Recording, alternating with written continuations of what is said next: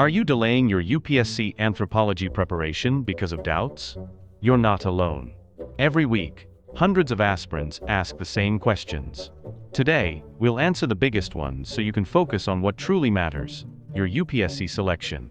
First question: can beginners score well in anthropology optional? The answer is yes. You don't need a science background. Anthropology is one of the most beginner-friendly optional subjects.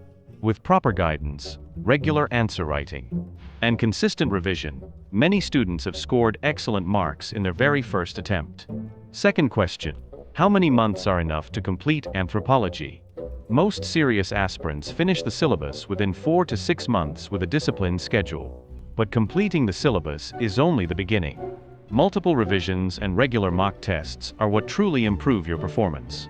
Third question: do I need to memorize everything? Not at all. UPSC rewards conceptual clarity, not rote learning. Understand theories, connect them with current examples, and present structured answers using diagrams, keywords, and logical flow. That's how high-scoring answers are written. Remember, successful candidates are not the ones who never had doubts. They're the ones who stayed consistent despite those doubts. Study every day, practice answer writing every week, revise regularly, and trust your preparation process. Consistency always beats perfection. Have another anthropology doubt?